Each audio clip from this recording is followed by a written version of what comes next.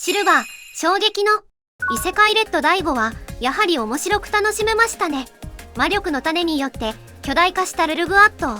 ロウジーを迎え入れたマキシマム・キズナカイザーで撃破。異世界では適切な運用機会になかなか恵まれなかったですけど、今回は本家にもありそうなシチュエーションで大活躍できましたね。だが、すぐさま新たなキャラたちが現れ、展開が加速する。一人は現在の王家の杖を務める魔導士シャウハ。イドラの父親を負かした張本人で、未だイドラに対しても高圧的。もう一人は魔王族のアブダビ。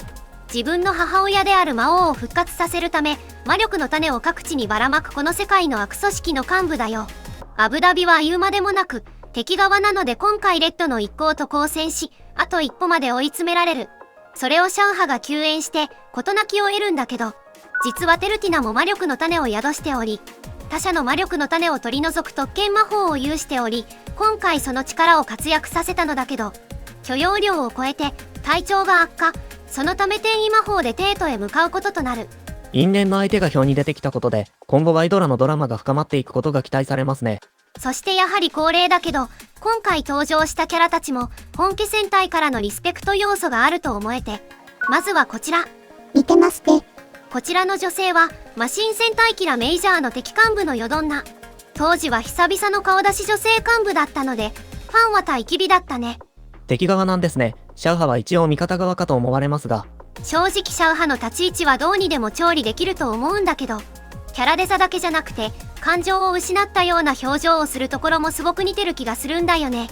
そして魔王族幹部のアブダビ。これはアブダビ個人ではなく、魔王族自体が救急戦隊555の敵組織サイマ一族のオマージュだと思われる。サイマ一族は魔王族と同様に母親であり一族の支配者、大魔女グランディーヌの復活を目的として暗躍する悪魔の一族なんだ。さらに世界レッド劇中では魔王族もレッドたちと同じように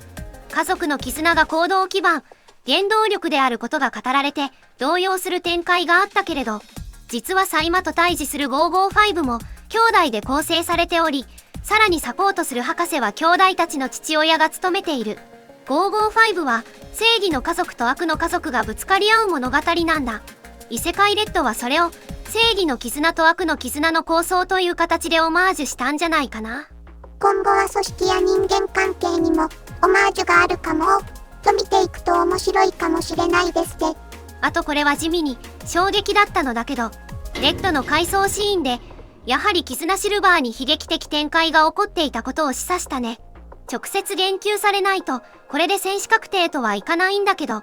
これを思い出してキズナレッドは闇落ち状態っぽくなっていたから、相当なトラウマを植え付けられた事件であることは間違いないと思われる。興味深いのは最終決戦を経てもまだその悲しみを乗り越えられていないのかなってところ。大体の戦隊は仲間の死を乗り越えて最終決戦を勝ち抜くというのが常道なんだけど、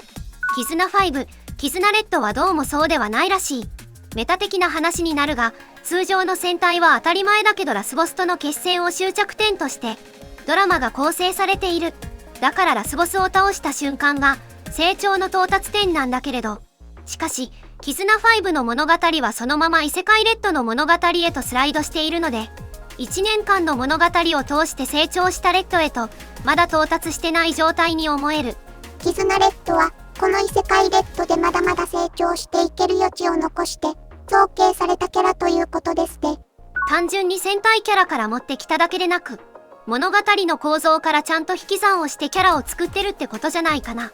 勝手な妄想だけど感心しちゃったよ。今回は以上です。皆さんの感想やご意見をコメント欄に投稿してくださると嬉しいです。チャンネル登録、高評価もよろしくお願いします。それではまた次回の異世界レッド感想でお会いしましょう。チャンネル登録もお願いします。